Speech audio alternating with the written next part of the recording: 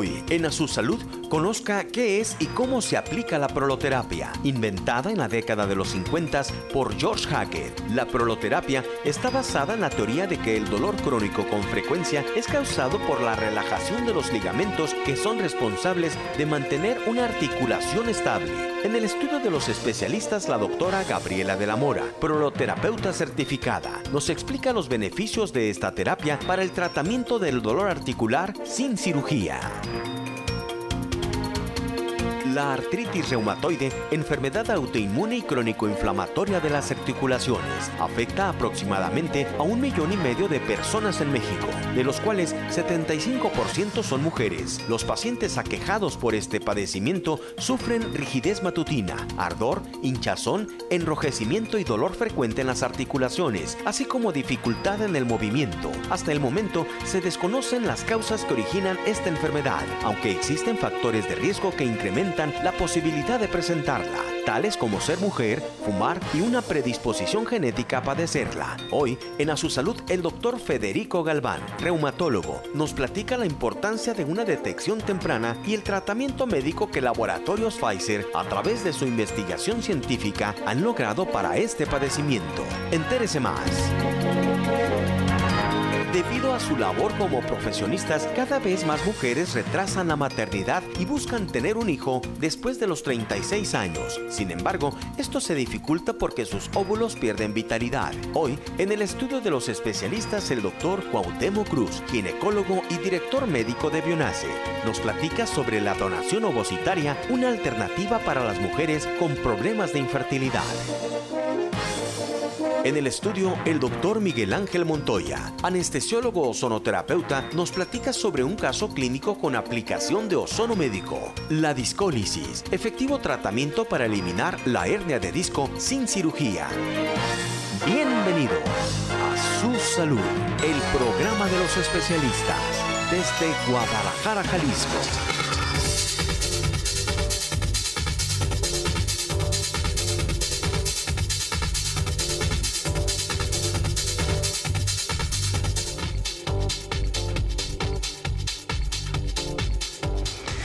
Amigos, gracias por acompañarnos y bienvenidos a Su Salud, el programa de los especialistas. Estamos en vivo desde la ciudad de Guadalajara, Jalisco.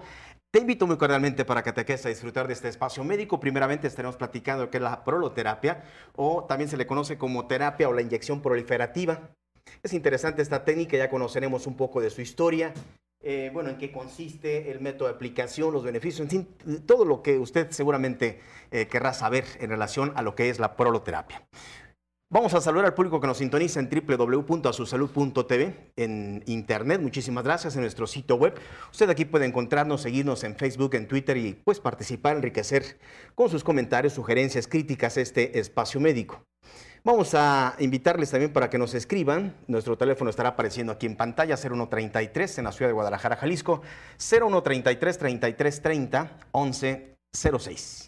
Bien, pues vamos a platicar con la doctora Gabriela de la Mora, la única mexicana miembro de la Asociación Americana de Medicina Ortopédica. De Medicina Ortopédica. Así y bueno, es. vamos a platicar con ella en relación a lo que es la proloterapia. Bienvenida al programa de los ¿Qué especialistas. tal? ¿Cómo estás, Joel? Buenas tardes a todo el público. Bien, doctora, pues un poquito de historia. ¿Qué es la proloterapia? ¿Dónde Claro nace? que sí. ¿Qué significa? ¿Cómo es que surgió esta terapia? Sabemos que es de los años 50 y que el doctor Hackett es el creador, el doctor George Hackett. George Hackett empieza las investigaciones en los años 30 y entonces junto con el doctor Hemwall en los años 50, Hemwall es el que hace como que el boom en un estudio de 10,000 pacientes en los que se ve que hay, 0% de dolor después de que se terminan las aplicaciones en las 187 articulaciones que tenemos en el cuerpo.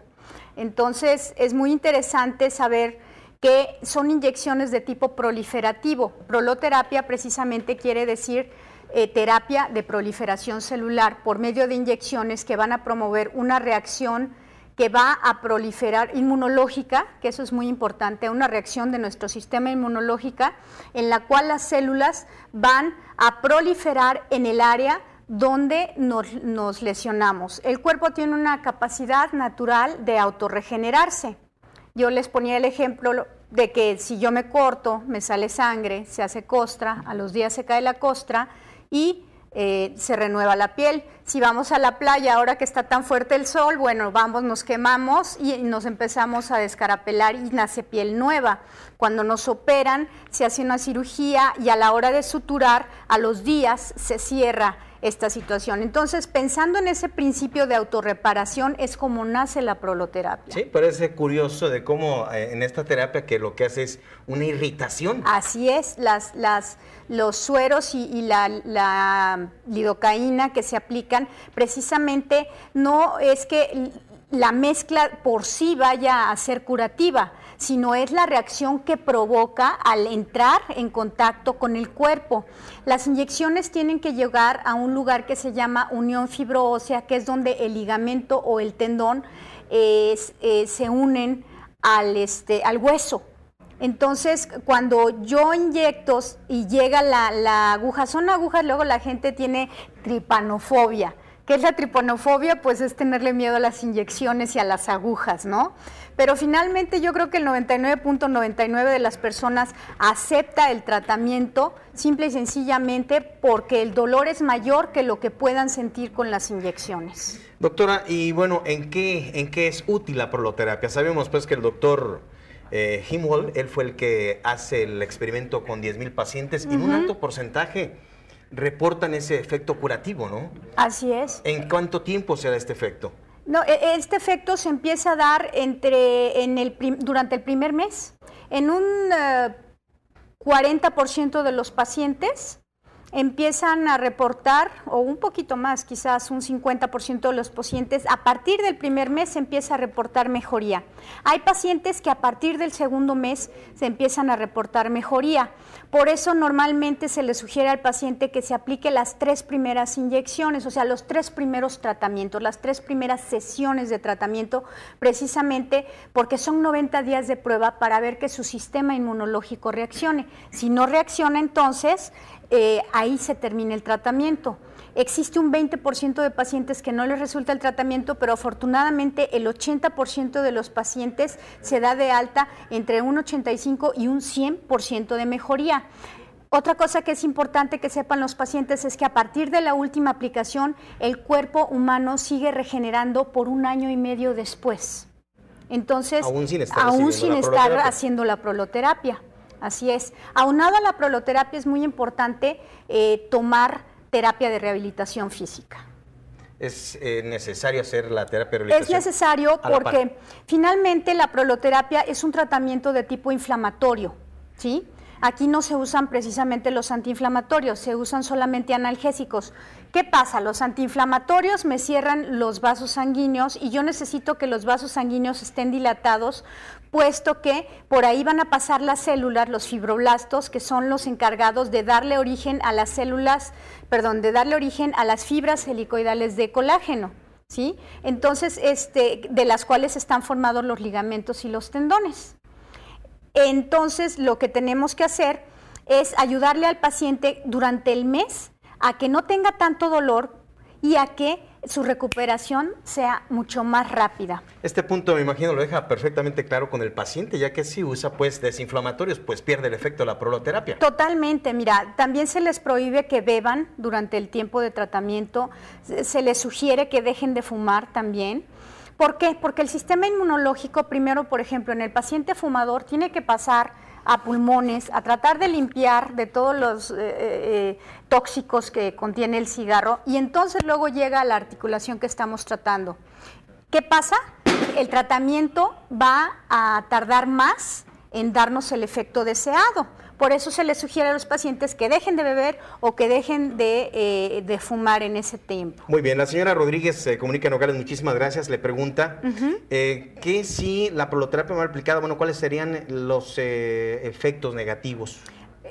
La proloterapia tiene que ser aplicada solamente por doctores, eso es muy importante, es una especialidad médica. Requiere, ¿es una subespecialidad? Es una especialidad médica en Estados Unidos. Ok. ¿Sí? Entonces, se tiene que ayudar al paciente a que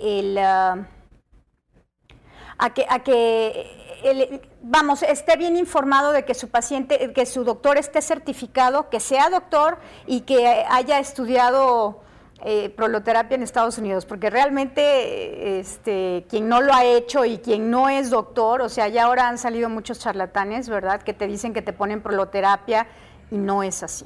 Entonces, tenemos que estar certificados, tenemos que tener, contestando la pregunta de la señora de Nogales, ¿qué pasaría? Bueno, tenemos que tener una gran cantidad de horas de práctica y estudio para no lesionar ningún nervio o arteria del paciente. Hay que conocer perfectamente la técnica. Doctora, si nos presenta brevemente en qué partes, vamos a decirle al público, en qué partes se aplica la proloterapia, si va directamente a ligamentos, a tendones, que es únicamente ligamentos y tendones. Así es. ¿Cartílago no repara? Mira, el cartílago no se regenera, lo que se perdió, se perdió. Es como decirle al paciente... ¿Nos puede mostrar, doctora? ¿Cómo no?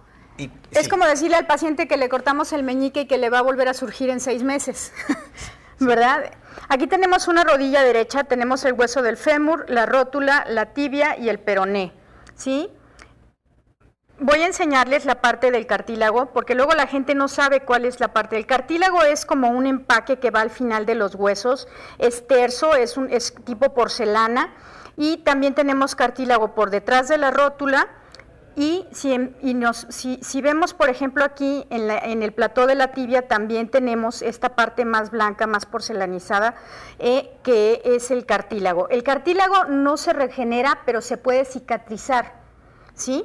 Tenemos también algunas partes importantes. Tenemos los ligamentos, este es el ligamento, estos son los meniscos, menisco lateral, menisco medial. Si le damos la vuelta, encontramos ligamentos cruzado posterior, ligamento cruzado anterior, que estos nos ayudan a subir y bajar escaleras. Encontramos los ligamentos coronarios, que son los que sostienen a los meniscos. Si le damos la vuelta, seguimos viendo cápsula articular. La cápsula articular también es importante. La gente que tiene sobrepeso, por cada kilo de sobrepeso,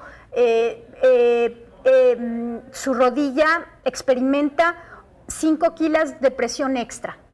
Entonces es importante... O sea, hay una carga extra por kilo en el obeso. Imagínate, con solo 3 kilos de sobrepeso, nuestra cápsula articular ya está teniendo 15 kilos de presión extra. Y en todos estos puntos, doctora, la proloterapia se aplica. Por supuesto, así es. Qué interesante. Aquí vemos pues parte de lo que es la proloterapia. Por supuesto, tendremos más espacios en donde la doctora seguramente nos platicará en más padecimientos, pero en las ciento y cuántas articulaciones. 187 articulaciones. 187 articulaciones es aplicada la proloterapia. Así es. Doctora, nada más brevemente, no en todos los pacientes la proloterapia resulta maravillosa, ¿no? No, hay contraindicaciones interesantes, sobre todo en pacientes que tienen artritis reumatoide. Desafortunadamente es una contraindicación. Pacientes que han tenido o padecido algún tipo de cáncer, bueno, tienen que estar en remisión por lo menos los 5 o 6 años que se piden, porque precisamente por ser una situación proliferativa, se ayuda a que el paciente, pudiera desgraciadamente tener un problema de tumor o etcétera, ¿no? Bien, doctora, pues ahí tiene la información del público. Nos preguntan también los costos de Querétaro. Hay varias preguntas y varían los costos, desde luego, ¿no? Claro, de articulación a articulación varían. Eso, si quieren llamar al teléfono que está apareciendo en pantalla, con mucho gusto. Complementará la información. Secretarias con mucho gusto les darán el costo. 0133 39 15 4200. ¿Alguna página? www.vidaparatusaarticulaciones.com.mx y obviamente www.asusalud.tv. que también ahí pueden ustedes ver todas las diferentes cápsulas, testimonios muy interesantes.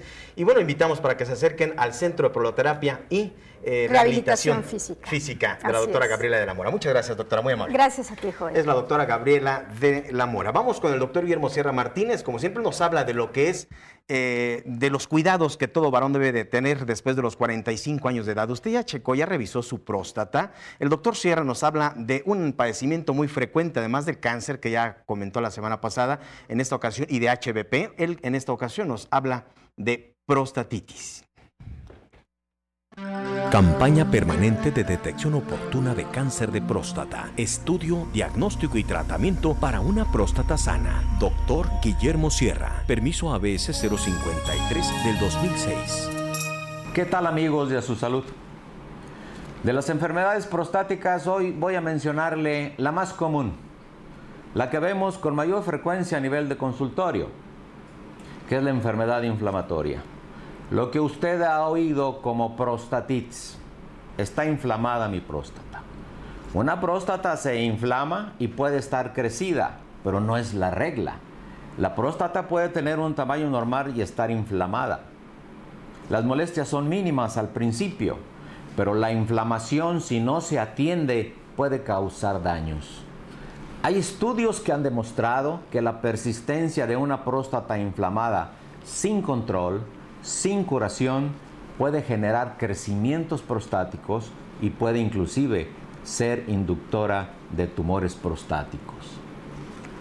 La enfermedad inflamatoria se hace presente en esa etapa crítica que todos los varones tenemos, los 40, 45 años. Etapa en la cual el varón empieza a experimentar fenómenos de andropausia. Etapa en la cual el varón empieza a modificar su ritmo y frecuencia de actividad sexual. Esa es una de las grandes causas por las cuales la próstata se inflama. Y no da molestias al principio. Es un padecimiento callado. Cualquier cosa sin importancia. Tuve un problema de mal de orina, pero desapareció. Yo estoy bien, yo no tengo nada, tengo 48 años y nunca me he revisado. Cuidado, está usted en riesgo. Tiene una edad en donde ya la próstata puede estar enferma y esa molestia ligera que tuvo puede ser el principio ya de una complicación. Si usted no atiende su próstata y está inflamada, se daña. Aparece lo que llamamos cuerpos amiláceos, calcificaciones dentro de la próstata. Y son cuerpos extraños que mantienen la próstata inflamada constantemente y la dañan. La inflamación prostática produce cicatrices y da una prostatitis retráctil, disminuye el tamaño. Y si usted se acuerda que por el centro de la próstata pasa el conducto urinario, imagínese una próstata pequeña, tiende a colapsar el conducto urinario y modificar el chorro de su orina.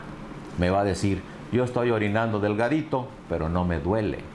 Mi chorro ya no tiene fuerza, pero estoy bien. Así estoy orinando desde hace rato. Cuidado. Esas son ya modificaciones del chorro urinario ocasionado por su próstata. Pero si no tiene molestias, eso, el silencio de la próstata, se convierte en un gran impedimento para que usted acuda a la revisión. Yo no tengo nada, ¿a qué voy? Porque el doctor a lo mejor me va a hacer el tacto rectal. El tacto rectal, señor, ya está bien ubicado. La exploración dígito rectal para diagnóstico de la próstata es por indicación médica, ya no es de rutina. Las revisiones prostáticas que se hacen con examen rectal y prueba de sangre son incompletas.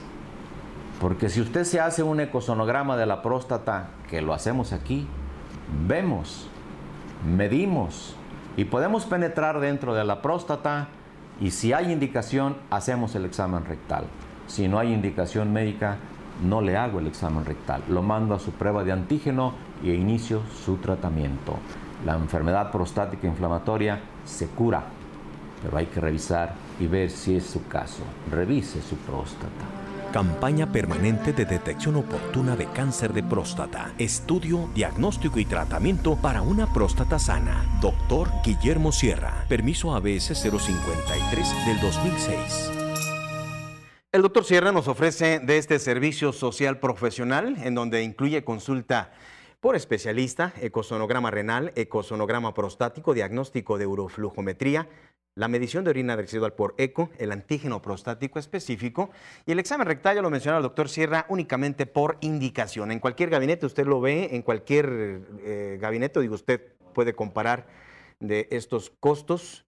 Esto es un servicio social profesional de 3,800 pesos. Bueno, aquí ve usted este comparativo. Acérquese, haga medicina oportuna con estos costos. 1,100 pesos incluyen todos los estudios que mencionó el doctor Guillermo Sierra Martínez.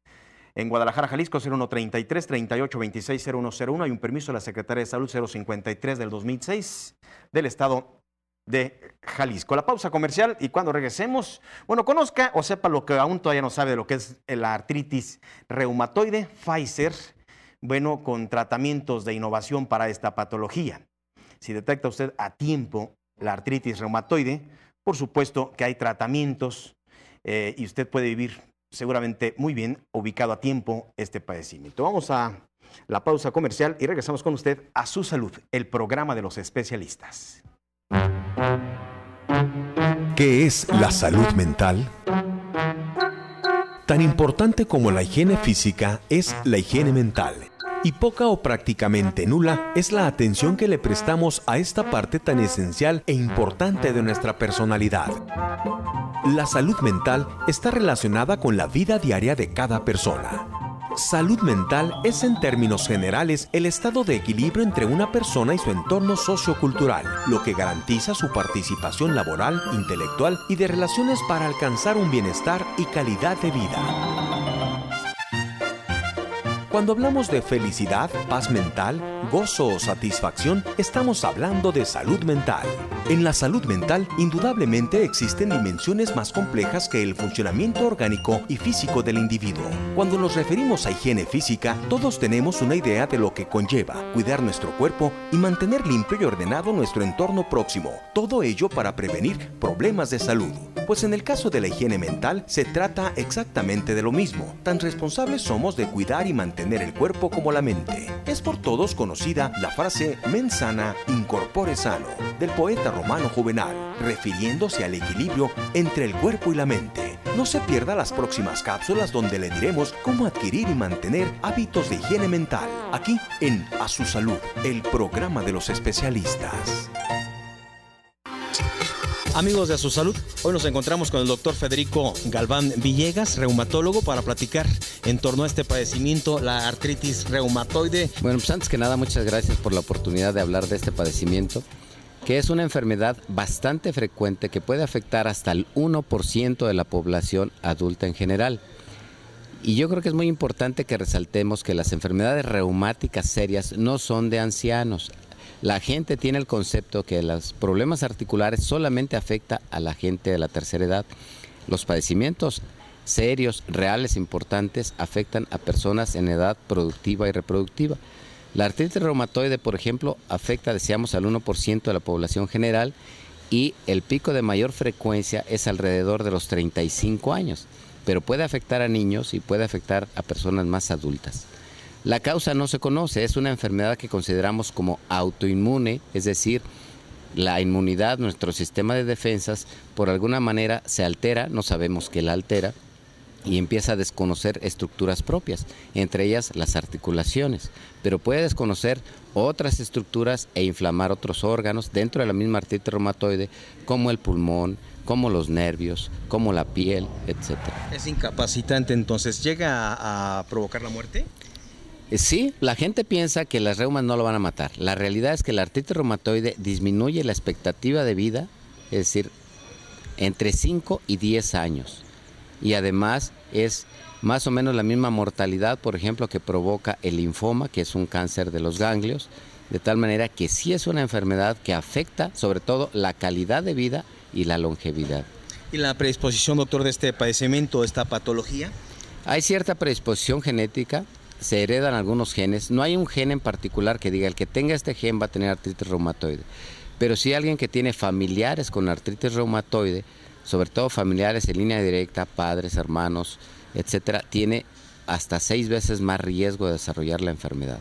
¿Y tiene más riesgos la mujer que el hombre o es igual? Tiene más riesgo la mujer en general tiene mucho más riesgo de desarrollar enfermedades autoinmunes. Entre ellas, por ejemplo, el lupus eritematoso, que no vamos a hablar de él, pero la artritis reumatoide, de cada 4 pacientes, 3 son mujeres. De tal manera que obviamente sí afecta más a la mujer. ¿Hay manera y forma de poderla prevenir o diagnosticarla de manera temprana? Bueno, la prevención primaria es algo que hagamos o dejemos de hacer para que no desarrollemos una enfermedad. Probablemente el único factor que podemos considerar aquí es tratar de no fumar. El tabaquismo produce ciertas alteraciones en algunos aminoácidos que hace que aparezcan anticuerpos en esta enfermedad y eso puede ser además un factor de mal pronóstico. Entonces, como prevención primaria quizá es el recomendar que la gente no fume. Y el diagnóstico temprano es muy importante y qué bueno que tocas ese tema. porque entre más pronto se establezca el diagnóstico, más pronto podremos establecer un tratamiento. Consideramos que la ventana de oportunidad de tratamiento es el primer año de evolución y si se puede menos tiempo, mejor, antes de que aparezcan alteraciones en los huesos. Se considera que a los 2 años prácticamente el 60% de los pacientes ya tienen erosiones óseas. Doctor, entonces se desconoce su etiología, sin embargo hay factores de riesgo como el tabaquismo y seguramente algunos otros factores, ¿no?, que predisponen la presencia o desarrollo de esta enfermedad. Principalmente la carga genética. La carga genética y el tabaquismo. Otro tipo de prácticas, por ejemplo, obesidad, etcétera, son factores que contribuyen para una progresión de la enfermedad, no para el desarrollo en sí del inicio de la enfermedad. Pero a gente que tenga artritis reumatoide y tenga obesidad va a tener más posibilidades que las articulaciones se desgasten más prematuramente. ¿El diagnóstico en qué consiste? El diagnóstico primero es en sospecharlo, es decir, si un paciente joven, mujer, hombres también, que tengan inflamación de sus articulaciones, con rigidez por la mañana o después de periodos prolongados de reposo, y que esa inflamación no sea originada por un golpe y que dure más de 6 semanas, es muy posible que ese caso sea un caso de artritis reumatoide y tiene que buscar consejo médico, de preferencia con un reumatólogo. ¿Y eso puede ser a cualquier edad? A cualquier edad. Puede afectar, mencionaba, desde niños, que hay un grupo de padecimientos englobados dentro de lo que denominamos como artritis crónica inflamatoria juvenil, pero también hay pacientes con artritis reumatoide que después evolucionan como artritis reumatoide del adulto y que se comportan igual. Muy bien, doctor Galván, pues ahora platícanos cuál es el tratamiento para este padecimiento. Bien, el tratamiento implica muchas cosas, desde la educación, tanto al paciente como a los familiares, es decir, que sepan en qué consiste la enfermedad, que es una enfermedad crónica, que no es un castigo de Dios, etcétera, es una enfermedad crónica, que nadie tiene la culpa, y que debe saber qué debe hacer y qué no debe hacer. El dejar de fumar, porque también es un factor, tanto que puede iniciar la enfermedad como un factor de mal pronóstico. Y después medicamentos.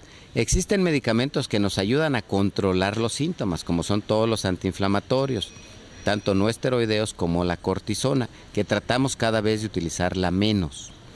Y tenemos otros medicamentos que denominamos medicamentos potencialmente modificadores de la enfermedad, que se llaman fármacos. Entre ellos sobresale el metotrexate y otros medicamentos que podemos utilizar con una respuesta bastante satisfactoria. Es importante resaltar que no existe un tratamiento curativo. No conocemos la causa, no tenemos tampoco un tratamiento curativo hasta el momento. Pero hay pacientes que se controlan muy bien con este tipo de medicamentos y son medicamentos que pueden estar al alcance de la mayoría de los pacientes. Cuando no hay una buena respuesta a estos medicamentos, afortunadamente en la actualidad contamos con medicamentos que denominamos biológicos, que están dirigidos contra diferentes moléculas que produce el organismo durante los procesos inflamatorios, como el factor de necrosis tumoral. Y tenemos ya en el mercado, afortunadamente, por lo menos 3 productos que están dirigidos contra este factor de necrosis tumoral y que sin ser curativos modifican radicalmente la historia natural de la enfermedad y les modifica y les mejora su calidad de vida en forma importante. Elimina dolor, inflamación, toda la sintomatología del padecimiento. Sí, sobre todo porque el dolor deriva del proceso inflamatorio. Si controlamos el proceso inflamatorio, el dolor va a disminuir o va a desaparecer. Pero sobre todo depende de lo temprano que establezcamos el diagnóstico y el tratamiento. Si nos tardamos mucho más tiempo, como les decía, a los 2 años ya más de la mitad tienen erosiones. Y si se produce una destrucción articular, después las molestias son por la destrucción articular. Y aunque ya no haya proceso inflamatorio, pueden llegar a tener todavía dolor porque ya las articulaciones están muy alteradas. Entonces es importante para cambiar la calidad de vida y el pronóstico de estos pacientes, un diagnóstico oportuno y un tratamiento adecuado. Pues ya escuchamos al reumatólogo, al doctor Federico Galván Villegas. Muchísimas gracias, doctor, muy amable. Gracias. Hábitos saludables para adquirir o mantener la salud mental. Como ya sabemos, la salud mental está relacionada con la forma en que cada persona armoniza sus deseos, ambiciones, habilidades, ideales, sentimientos y conciencia, con el fin de satisfacer la demanda de la vida. A continuación mencionaremos algunos hábitos saludables de higiene mental, con el fin de ponerlos en práctica y gozar de una buena salud mental. No estar sobrecargados con sus propias emociones, temores, angustia, amor, celos, culpabilidad o preocupaciones. Manejar los disgustos rápidamente. Tener una actitud tolerante hacia ti mismo y hacia los demás. No menospreciar ni sobreestimar tus habilidades. Aceptar tus propias faltas. Tener respeto por ti mismo. Sentir placer por las cosas sencillas de cada día. Dar y recibir amor y considerar los intereses de otras personas incluso por encima de tus propias necesidades.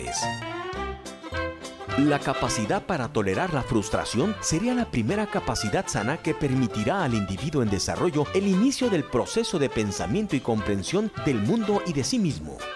Este debe verse favorecido por un ambiente de contención que está a cargo de la función materna o cuidadora, que permita tolerar la frustración e iniciar el desarrollo del aparato mental, que es la base de la salud mental. Refiere la Organización Mundial de la Salud, OMS, que la salud mental es una materia de vital importancia en todo el mundo, pues tiene que ver con el bienestar de la persona, de las sociedades y de las naciones. En próxima cápsula trataremos algunos de los desórdenes mentales más comunes y sus síntomas. Aquí, en A Su Salud, el programa de los especialistas. Bionace, ginecología y obstetricia, medicina reproductiva, laparoscopía e histeroscopía, embarazos de alto riesgo. Doctor Cuauhtémoc Cruz, especialista en biología de la reproducción. Bionace, Guadalajara y Mazatlán.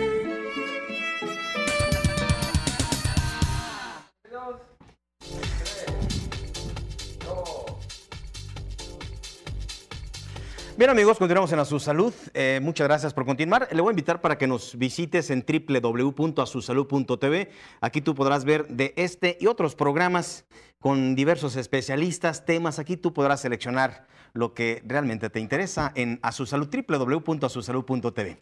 Ya está con nosotros el director de Bionace, el doctor Cuauhtémoc Cruz, médico ginecólogo con especialidad en reproducción, en biología de la reproducción. ¿Cómo está, doctor? ¿Qué tal? Un gusto, gracias por la invitación. Bienvenido al programa de los especialistas. Vamos a hablar de lo que es la donación de óvulos. ¿Qué tan frecuente es esto, doctor? Bueno, la donación de óvulos es un programa dentro de las técnicas de reproducción asistida que tienen muy buen éxito, tienen muy buena tasa de éxito en la búsqueda del embarazo. Y dependiendo de los casos, será la cuestión que la paciente lo necesite. Es un procedimiento que tiene una tasa muy alta dentro de todas las técnicas de reproducción asistida para que se logre un embarazo. Puede llegar hasta el 60-65% de los casos en el logro del embarazo. Sí es una causa frecuente. Actualmente se alcanza más o menos un 30% de las causas de consulta en la clínica de fertilidad. Para donación de óvulos. Así es. ¿Con qué motivos? ¿Por qué motivos alguien se acerca a hacer una donación de óvulos? Bueno, esencialmente hay dos diagnósticos o motivos por el cual la paciente lo solicita. Uno es cuando la paciente tiene una función ovárica y la otra es cuando la paciente no tiene función ovárica. Cuando hay función ovárica, principalmente y esencialmente nosotros nos abocamos en los problemas de las fallas de fertilización in vitro. Uno puede ser porque no fecundan el óvulo y el espermatozoide, otra es porque hay una mala implantación del embrión y la otra cuestión es abortos habituales o pérdidas gestacionales. Es una de las causas más frecuentes del por qué se solicita o se trata de convencer a las pacientes que acudan a la donación de óvulo debido a esto. Pero es donación de óvulos, es conservación de óvulo, doctor, para que posteriormente pueda fecundarse. Mira, por definición, la donación de óvulos, esto es, una mujer joven dona una cierta cantidad de óvulos a una pareja que por causas, como lo acabo de mencionar, que funcionen o no funcionen los óvulos, tienen un mecanismo para que recuperen esos óvulos. ¿Sí? Esos óvulos que son obtenidos de una mujer joven son fecundados por los espermatozoides del esposo si es que no hay ningún problema del varón. Si es que hubiera un problema del varón, bueno, pues habrá donación de óvulos más la donación de espermatozoides. Exactamente. Aquí estamos viendo, doctor, la extracción de lo que es el óvulo, es decir, aquí ustedes están haciendo sí, todo el mecanismo de selección. Sí, ¿no? por lo que estamos viendo aquí, eso estamos viendo ahorita ya un embrión ya fecundado. Cuando tenemos estos embriones fecundados, siempre esperamos hasta un día 2, 3 o hasta un día 5 para que haya un desarrollo embrionario. Como se tiene una buena calidad ovocitaria debido a que son óvulos donados, pues obviamente la tasa de éxito se eleva. Reitero, no tiene que valorarse también el factor masculino. Sin embargo, pues como podemos ver aquí, con los que están en un día 3, que está en una división de blastómeras, pues bueno, nosotros los tomamos a través de un catéter, colocamos un espejo vaginal y colocamos los embriones en el fondo uterino, 2-3 centímetros antes de llegar al fondo uterino, para que podamos tener una buena tasa de éxito. Y hay distintas causas, ¿no, doctor? Y motivos, vamos, por lo que sea todo este proceso de donación de óvulos. Seguramente la mujer que no puede desarrollar sus óvulos y se requiere de otra matriz, ¿verdad? En este caso. Pues sí, eso le llamamos úteros subrogados, que pues podríamos ser otro tema en este caso, cuando se utiliza, que no, nosotros como centros de reproducción asistida, no es algo que nosotros, pues obviamente lo ponemos a consideración de los pacientes, no es algo que creemos que no debe de practicarse, sin embargo, pues se practica. Sin embargo, creemos que la donación de óvulos sigue siendo una buena alternativa para la solución en la búsqueda de embarazo. Te comentaba hace rato, hay diferentes causas del por qué la donación de óvulos se solicite. Cuando no se tiene función ovárica es porque los gametos, ya sea del esposo o de la mujer, tengan algún trastorno. Las disgenesias gonadales son de las principales causas, como el síndrome de Turner o el síndrome de Swyer, que son causas del que hay que evitar que se logre un embarazo con alguno de estos gametos cuando se trae la carga genética. Los otros trastornos que se pueden tener, obviamente, pues como te lo comenté, es que tanto el óvulo tenga una mala calidad ovocitaria, también se tiene pues la pérdida gestacional recurrente, que es una causa muy frecuente del por qué se pide, y otra causa, pues, que van amarrados de la mano es que la mujer, pues actualmente por su tendencia a buscar la superación personal, la superación profesional, pues detiene un poco la búsqueda del embarazo, se acerca mucho a los 40 años de edad, más de los 40 años de edad. Sabemos que la calidad ovocitaria, obviamente la edad no perdona y obviamente los óvulos se ven con la repercusión, y de la misma manera también hay muchas mujeres que ya que están en una etapa de menopausia, buscan el embarazo. Doctor, ¿hasta por cuánto tiempo se puede conservar un óvulo? Pues hay óvulos que se tienen, ahora sí con información de más de las décadas de los 80, 30 años. ¿O sí? Así es. Sabemos que mientras que se mantengan en nitrógeno líquido y se tengan en un buen ambiente con los tanques adecuados, los óvulos pueden estar en nitrógeno líquido y la calidad ovocitaria no se verá afectado. Obviamente que esto hay que esperar hasta el momento que se descongelen para ver que el óvulo sea reactivado y tenga la posibilidad de ser fecundado. Pero ya se han hecho prácticas y esto resulta. Claro, hasta el día de hoy no tenemos ningún problema, tenemos óvulos en nuestro centro de 10 años y obviamente pues que están fecundándose. ¿Ocurre lo mismo con los gametos, doctor? Es decir, ¿la misma permanencia? Sí, así es, tanto en el hombre como en la mujer. De hecho, se tiene espermatozoides, todavía se tiene información que hay desde los 60, 70, porque pues, obviamente era más fácil obtener espermatozoides y congelarlos. Más o menos de esa etapa se tienen ya espermatozoides congelados. Muy bien, doctor, vamos a dar los teléfonos para que usted se ponga en contacto con el doctor Cuauhtémoc Cruz, director de Bionace, ginecólogo. Tiene dos oficinas, una en la ciudad de Guadalajara, Jalisco, otra en la ciudad de Mazatlán, Sinaloa, en el puerto de Mazatlán. El teléfono de Guadalajara 0133-3813-3531, 3813-3531, y en Mazatlán, Sinaloa 01669 Lada 981-3196. El teléfono de Mazatlán, de Bionace Mazatlán. Doctor, muchísimas gracias. Bueno, te agradezco muchísimo la invitación. Gracias. Y aquí vemos también su página www.bionace.com para que usted pueda consultarlo y ver seguramente de algunas otras inquietudes. Aquí en esta página usted puede realizar alguna inquietud, alguna pregunta. Aquí mismo también aparecen teléfonos, etcétera. Bionace. Gracias, doctor. Gracias a ti. Bionace. Ginecología y obstetricia, medicina reproductiva, laparoscopía e histeroscopía, embarazos de alto riesgo. Doctor Cuauhtémoc Cruz, especialista en biología de la reproducción. Bionace, Guadalajara y Mazatlán.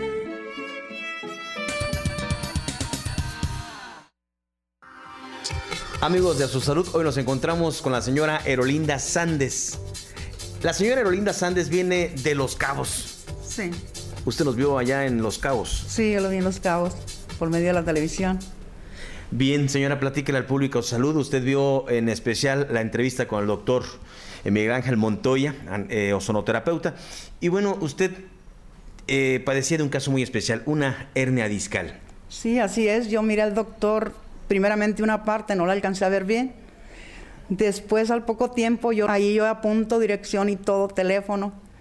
Y ya por medio de mi hija comenzamos a tomar información, ya mi hija mandó aquí con Rosy los datos y todos, mandamos la resonancia por el internet y todo.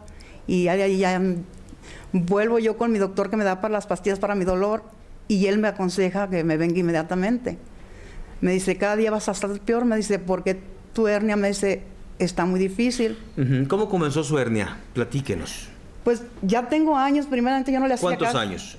Pues ya hace como unos 6, 7 años comencé a sufrir muchos dolores de piernas. Entonces me decían porque estaba muy gorda. Comencé a bajar de peso, seguían los dolores. Tuve problemas de salud muy grave. Entonces ya el doctor, mi doctor particular que me atendía, viendo que no daba los resultados, él me dice, ¿sabes qué? Hazte resonancia. Me mandó a La Paz, me hicieron los estudios, ahí ya salió la hernia discal. De que me la detectaron, va a ser 3 años ahora en noviembre. Es algo seguro, tienes mucho que ganar y nada que perder. Y sí, pues yo doy gracias a Dios de que, pues me encuentro bien, gracias a Dios. Por primera vez yo duermo bien. ¿Cómo se siente? ¿Ya no hay dolor? ¿No hay dolor? No hay dolor. ¿Cuántos tratamientos recibió con el doctor? Pues apenas el lunes, el 18. Lunes, o sea, tiene lunes, martes, miércoles y jueves, que soy 4 días. Sí. Pero usted está a doble sesión, me dice el doctor. Tengo doble sección, pero pues gracias a Dios me siento muy bien. Sí, a doble sesión significa que le dan tratamiento por la mañana y por la tarde. Sí, a las 10 y a las 4 de la tarde. Oiga, empezó el lunes. El lunes comencé. ¿Y para el martes o en qué momento empieza a sentir ese efecto? Pues el mismo lunes en la noche, o sea, yo tenía ya años de que le digo al doctor, yo no podía dormir derecha. Yo tenía que dormir de lado, buscar posiciones, porque todo me molestaba. El lunes me duermo toda la noche derecha. Y ya desde el lunes y el martes ya amanecí mejor. Y ahorita le digo, he caminado mucho. No podía subir escaleras, no podía caminar. Cuando mucho 15 minutos y ya no aguantaba las piernas y el dolor atrás, las espaldas, todo. ¿Y ahorita se siente cómo? Muy bien. ¿No le duele nada? No. ¿Y puede caminar y puede subir escaleras? Pues, incluso donde yo estoy, subo muchas escaleras ahorita en el hotel donde estoy. Y he caminado mucho en el centro. Y llego y nada de piernas, nada de dolencias. Pues aquí tenemos un ejemplo más de lo que es la ozonoterapia. En este caso es discólisis, es un tratamiento, un procedimiento pues muy especial, porque en su caso creo que era L5, que son de las más complicadas, y ya platicaremos allá en el estudio con el doctor Miguel Ángel Montoya para que nos explique un poquito más de todo este proceso, este procedimiento de lo que es la ozonoterapia, ozonomédico, en este caso en usted. ¿Se siente bien? Sí, muy bien, y gracias a Dios que lo encontré. Yo tuve fe desde el primer momento que yo lo veo en la tele dando todo lo de las hernias. Entonces yo incluso le digo a mi familia, le digo a mi esposo, a mis hijos, ¿sabes qué? Yo me voy le tenía miedo al avión. Eso era lo que me detenía, si no desde febrero hubiera venido. Pero ya el doctor que fui me dice, ¿sabes qué? Yo te doy tu pastilla para que te vayas al avión, pero ya vete, no pierdas más tiempo, porque entre más vas a ser peor. Pues aquí está el caso de la señora Erolinda Sandes. Señora, pues la están viendo allá en Los Cabos, y pues un saludo a su familia, un saludo a las personas. Un saludo a todos y que se animen, que vengan a buscar al doctor Miguel Ángel Montoya. Bueno, pues aquí tenemos el caso. Yo le voy a dar mucha promoción. Bueno, aquí veo la felicidad de los pacientes, ¿no? Cuando ven resultados, sobre todo ya 6, 7 años con esta patología, este dolor tremendo, terrible, hasta que se convenció. Le tenía más miedo al avión, dice la señora Sandes, que al tratamiento. ¿Cómo está el doctor Miguel Ángel Montoya? ¿Qué tal? Buenas tardes. Muy buenas tardes. Buenas tardes, especialista en ozonoterapia y director del Centro Integral de Ozonoterapia en Guadalajara. Doctor, aquí vemos el caso de la señora Sandes. Ella nos vio en San José de los Cabos y se dejó venir. Y bueno, aquí es de otro de los casos en donde los pacientes responden inmediatamente a ello. Sí, Joel. Bueno, los pacientes cuando son candidatos a la discólisis y son portadores de una hernia de disco y entran dentro de los parámetros que nosotros seguimos para esto, pues es curativo, ¿no? Y los resultados los podemos ver prácticamente en las primeras 4 horas o en las 48 horas siguientes en algunos otros pacientes. Pero generalmente la mejoría es prácticamente inmediata. Sí. En el caso de la señora Sandes era la 4ª y era L5. ¿Por qué es complicado? Bueno, ya me lo ha explicado, me gustaría que lo conociera el público. Sí, bueno, las punciones a nivel de la columna en la zona L5, S1 es un poquito complicado en algunos pacientes, sobre todo cuando tienen anormalidades anatómicas importantes. Por ejemplo, megapófisis o apófisis prominentes. Estos son las partes que protegen la columna vertebral, los huesos que se notan a los lados, como las orejitas del perro que se le conoce en la vértebra. También en pacientes que tienen las crestas ilíacas o los huesos de la cadera un poquito altos, de tal forma que el disco intervertebral queda como metido en un cajón. Entonces las punciones son difíciles y las tenemos que realizar de manera muy precisa para poder acceder al disco intervertebral. Bien, pues aquí estamos viendo de cuáles son todos esos procedimientos, lo que es la discólisis, es la aplicación del ozono médico. Y bueno, en cualquiera de las patologías funciona. Bueno, en este caso nos está hablando de lo que es una hernia de disco.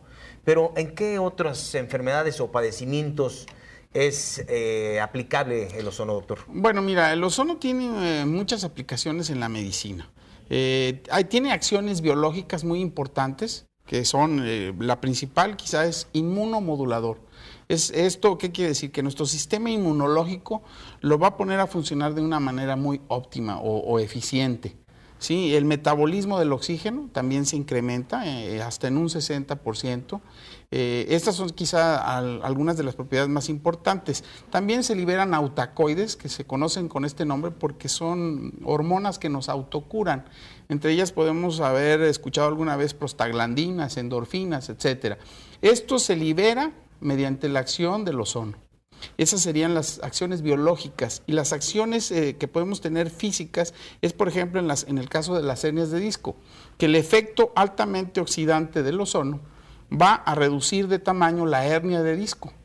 Entonces es un procedimiento, además de seguro y efectivo, casi sin consecuencias. Ahora, ¿por cuánto tiempo reduce la hernia? No, este es un procedimiento curativo. Sí, esto es definitivo. Obviamente, todo paciente que ya tuvo una hernia de disco, es obvio que es propenso a volver a padecer. Por ejemplo, si tiene sobrepeso, si tiene algún accidente, etcétera. O sea, esto no te exime de que en algún momento dado puedas volver a formar otra hernia. ¿Incluso en la misma vértebra?